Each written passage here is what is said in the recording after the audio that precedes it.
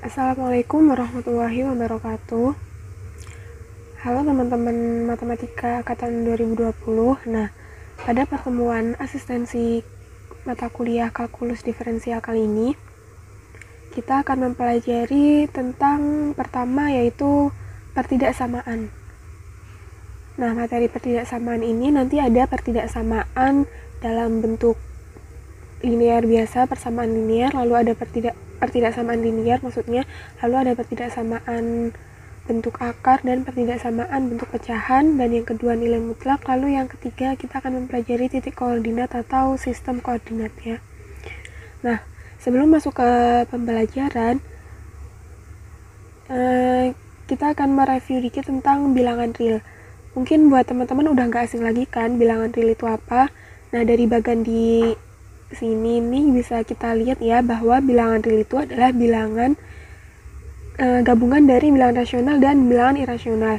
Sedangkan bilangan rasional sendiri bisa kalian lihat ada bilangan asli dan bilangan bulat. Nah, untuk bilangan asli itu lambangnya menggunakan N kapital, lalu Z itu bilangan bulat, Q itu. Untuk bilangan rasional R itu, nah ini R bilangan real, yaitu R kapital ini. Lalu ada C itu adalah bilangan kompleks. Bilangan kompleks itu bilangan yang mengandung imajiner, misalnya akar negatif itu nanti masuknya ke bilangan kompleks gitu.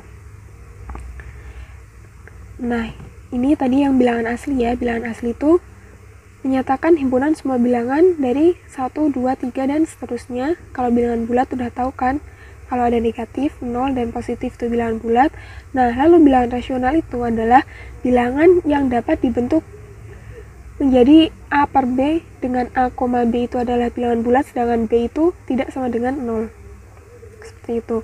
Nah, lalu bilangan irasional. Bilangan irasional adalah bilangan yang tidak bisa diubah ke dalam bentuk pecahan biasa A per B, dan apabila diubah ke dalam bentuk desimal, maka angkanya tidak akan berhenti dan tidak memiliki pola tertentu. Contoh bilangan irasional itu misalnya yang tidak asing lagi, misalnya ini akar 2. Nah, akar 2 itu kan kalau dijadiin ke bentuk desimal itu kan 1,4121 dan seterusnya gitu, dan ini tuh tidak memiliki pola tertentu. Jadi bilangan irasional, jadi akar 2 itu masuk ke bilangan irasional. Lalu ada pi juga. Pi itu kan 22/7, tapi 22/7 itu kan kalau dibikin pecahan desimal dia kan nilainya tidak koma di belakang komanya itu tidak terhingga dan tidak memiliki pola tertentu kayak tadi gitu. Nah, akan tetapi di sini tidak semua bentuk akar itu merupakan bilangan irasional. Jadi misalnya nih, contohnya akar 9. Akar 9 itu kan plus minus 3 ya, berarti dia itu bukan, akar 9 itu bukan termasuk bilangan irasional gitu. Jadi seperti itu ya. Lalu mungkin yang masih asing tuh bilangan kompleks ya. Tadi di awal udah disinggung bahwa bilangan kompleks ini bilangan yang mengandung akar negatif atau biasa kita tulis nanti jadi imajiner. Misalnya di sini akar 2 atau akar nih, misalnya akar negatif 4.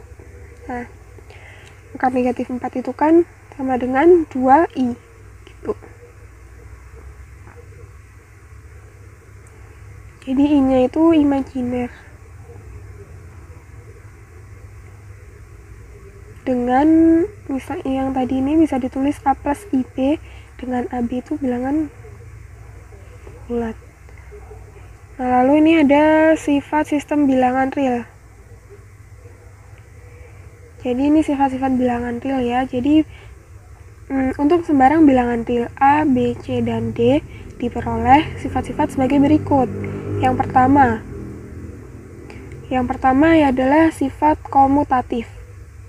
Komutatif kan artinya pertukaran. Jadi A plus B itu sama dengan B plus A. Berlaku juga buat perkalian, A kali B sama dengan B kali A. Lalu ada sifat asosiatif atau pengelompokan, jadi A plus dalam kurung B plus C sama dengan dalam kurung A plus B plus C. Begitu juga buat perkalian. Jadi asosiatif berlaku buat penjumlahan dan perkalian. Lalu ada sifat distributif. Sifat distributif itu biasa kita sebut penyebaran. Jadi A dikali dalam kurung B plus C maka sama dengan A kali B plus A kali C. Lalu ada yang keempat, jika B tidak sama dengan 0 maka A per B sama dengan A kali 1 per B. Yang kelima, jika B, D tidak sama dengan 0 maka berlaku penjumlahan pecahan sebagai berikut ini ya. Nah, yang keenam, jika B, D tidak sama dengan 0, maka berlaku juga perkalian pecahan sebagai berikut. Nah, yang ketujuh, A kali negatif B sama dengan negatif A kali B sama dengan negatif dalam kurung A kali B gitu. Yang ke-8, negatif A kali negatif B sama dengan A kali B. Negatif kali negatifnya di hasilnya positif. Dan yang ke-9, negatif A sama dengan A. Sama kayak misalnya inverse di inverse. Misalnya A inverse gitu, nanti jadinya A gitu. Nah, yang ke-10, ada jika A tidak sama dengan 0, maka 0 per A sama dengan 0. Tetapi jika A per 0 itu sama dengan tidak terdefinisi atau undefined. Yang ke-12, jika A tidak sama dengan 0, maka A per A sama dengan 1. Nah, lalu ada hukum konstelasi, ini harusnya konstelasi, jika A kali C sama dengan B kali C, maka dan C tidak sama dengan 0, maka A sama dengan B. Dan jika B, C tidak sama dengan 0, maka AC per BC sama dengan A per B. Lalu ada sifat pembagi 0, yaitu jika A, B sama dengan 0, maka A sama dengan 0 atau B sama dengan 0. Jadi nanti di salah satu A atau B itu nanti ada yang sama dengan 0. Nah, oke, kita masuk ke materi yang selanjutnya, yaitu materi pertidaksamaan. Nah, buat teman-teman pasti udah diajarin kan sama Pak Abrori tentang pertidaksamaan ini. Jadi nanti di sini kita hanya akan membahas soal aja ya, langsung ke soalnya aja. Nah, jadi pertidaksamaan ada pertidaksamaan linear satu variabel yang bakal kita bahas, lalu bentuk pecahan, bentuk akar, dan nilai mutlak. Pertidaksamaan nilai mutlak juga. Nah, oke, langsung ke contoh soal aja ya. Jadi yang pertama, contoh soal tentang pertidaksamaan linear satu variabel. Nah, misalkan diberikan 2x min 5 kurang dari 2x plus 7. Teman-teman pasti udah bisa kan cara ngerjainnya, tinggal 2x min 5x, x dengan x dikumpulkan di ruas kanan, lalu 7 plus 5. Jadi 3x kurang dari 12 maka x. Nah, ini kalau pembagian negatif nanti tandanya dibalik ya. Jadi 12 per negatif 3, maka x lebih dari negatif 4. Nah, lalu yang kedua langsung aja ke bentuk pecahan. Jadi misalkan ada contoh soal x kuadrat min 2x min 15 per x kuadrat min 4x plus 3 kurang dari sama dengan 0. Nah, kemudian persamaan kuadrat dari masing-masing pembilang dan penyebut ini kita faktorkan. Jadi x kuadrat min 2x min 15 itu faktornya adalah x min 5 kali x plus 3. Lalu x kuadrat min 4x plus 3 faktornya adalah x min 3 kali x min 1 kurang dari sama dengan 0. Kemudian kita cari nilai pembuat nolnya. Jadi cara mencari nilai pembuat 0, misalnya kita ambil dari x plus 3. Nah, di sini x plus 3 sama dengan 0, x sama dengan min 3. Jadi nilai pembuat nolnya itu ada min 3, lalu x min 5 sama dengan 0, maka nanti x-nya sama dengan 5. Jadi ada min 3, lalu ada 1 dari x min 1, lalu ada 3 sama 5. Kayak gitu ya, mudah kan? Nah, lalu di bagian penyebutnya itu kan tidak boleh 0, maka x-nya itu tidak boleh sama dengan 3 dan atau x-nya tidak boleh sama dengan 1. Sehingga di bagian 1 dan 3 pada garis bilangan itu kita buat bulatan tapi itu kosong. Kayak tadi ini ya. Nah, kemudian kita bikin nilai daerah penyelesaiannya tuh yang mana. Nah, misalnya kita ambil tuh 0, berarti 0 min 5 kan negatif ya, negatif dikali positif hasilnya negatif, per bawahnya negatif kali negatif itu kan positif, jadi hasilnya negatif, seperti itu.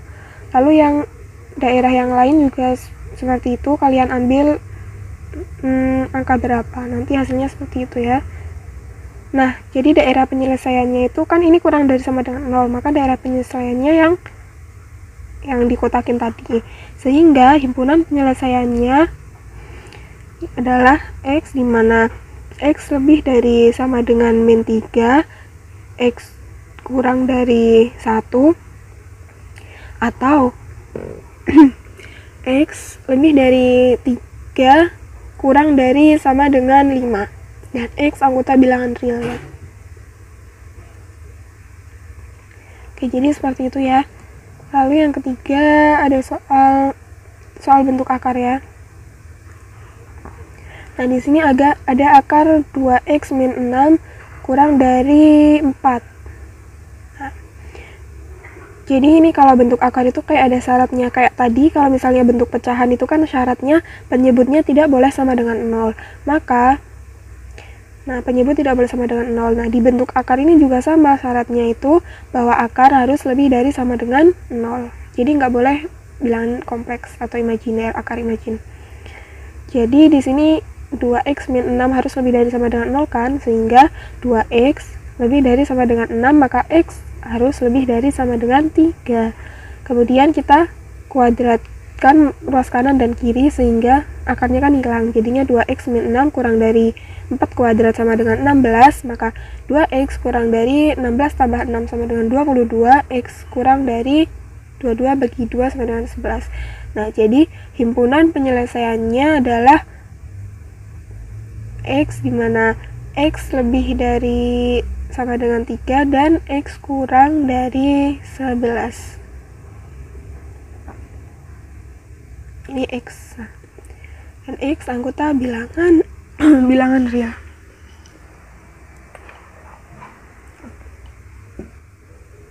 Jadi seperti itu ya. Nah, buat teman-teman yang belum mudeng, nanti langsung tanyakan aja di grup WhatsApp atau bisa komentar di bawah.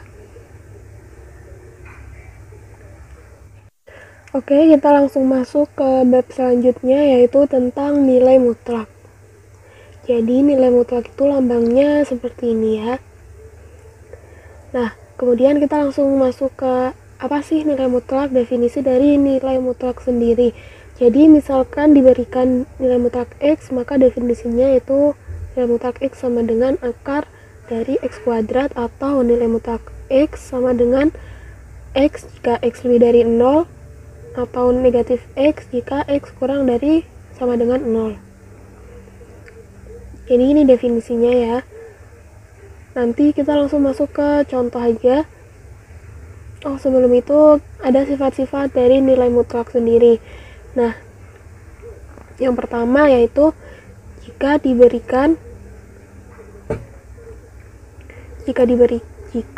A lebih dari sama dengan 0, maka nilai mutlak X sama dengan A akan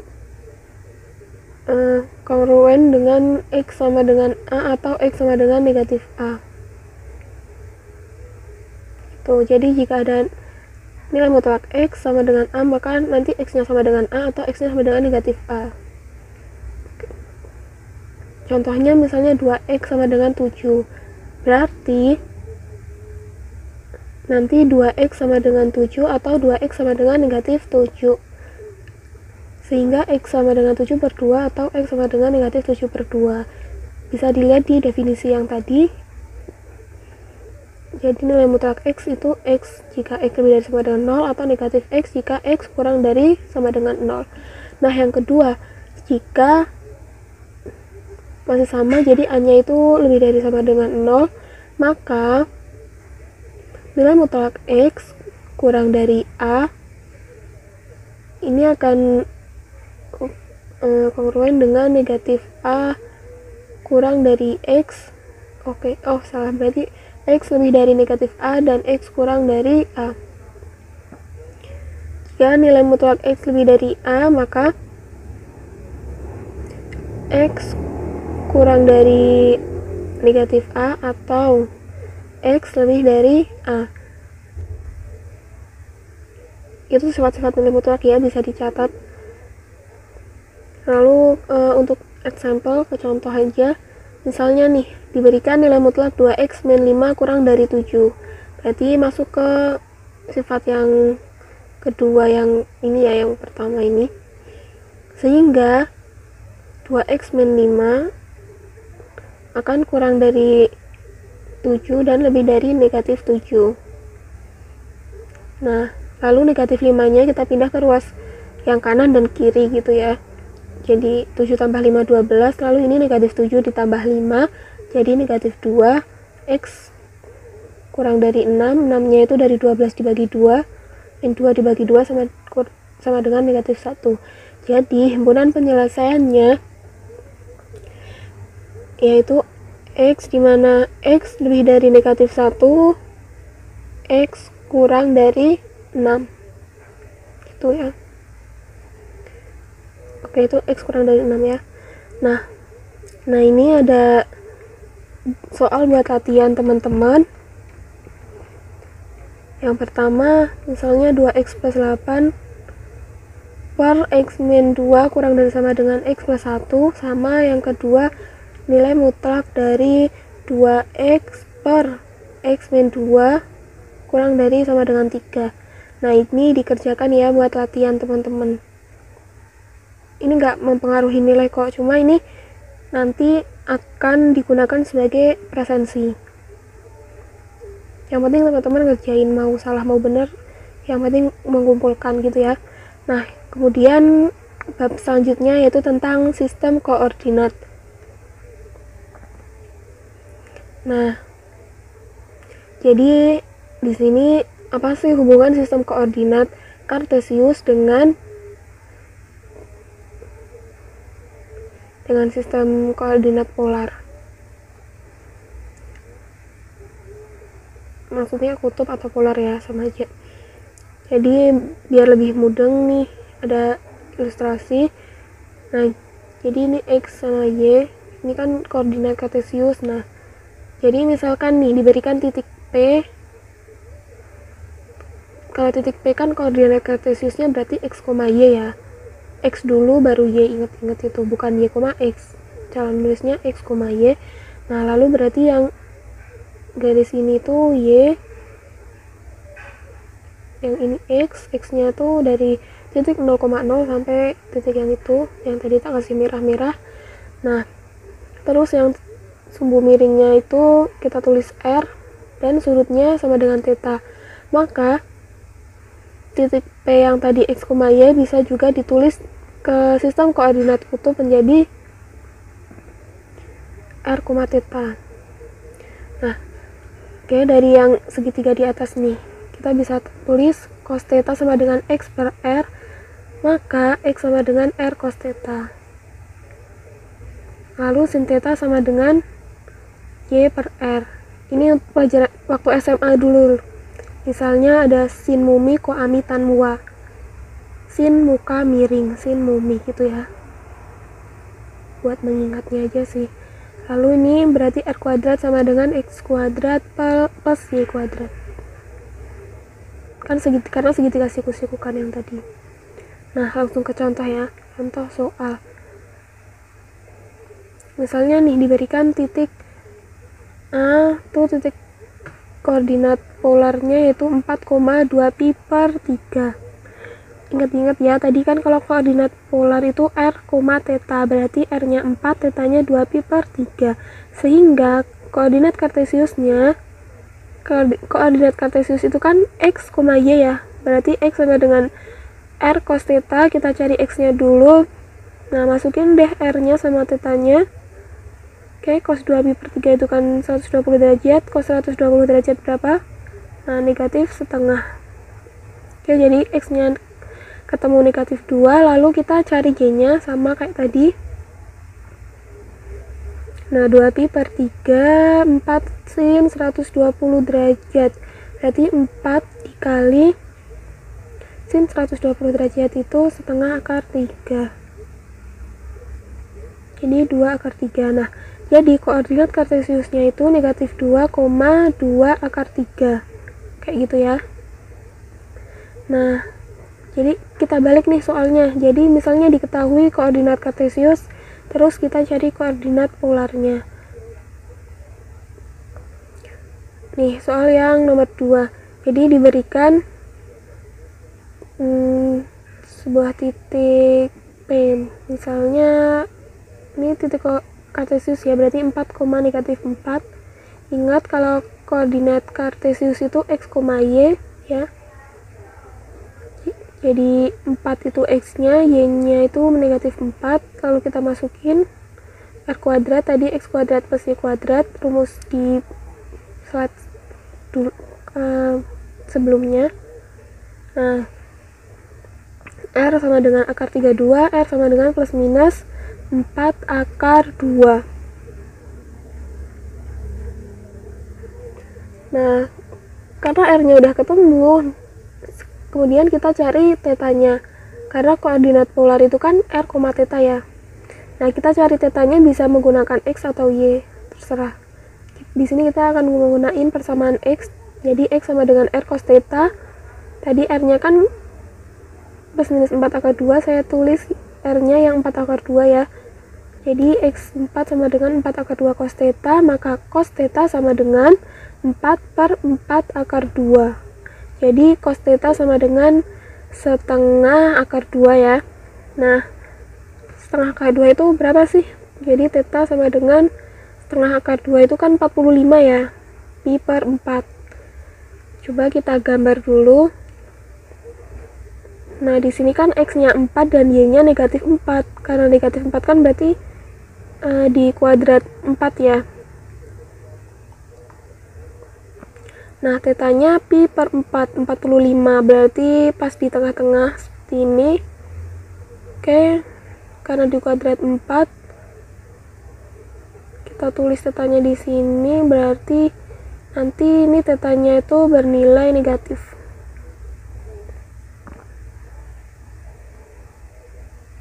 Kalau misalnya di kuadrat 1 kan nanti 45-nya positif ya, tapi karena di kuadrat 4 jadi negatif, karena dari titik yang 0,0 dari yang sumbu X itu nanti muternya berlawanan arah jarum jam.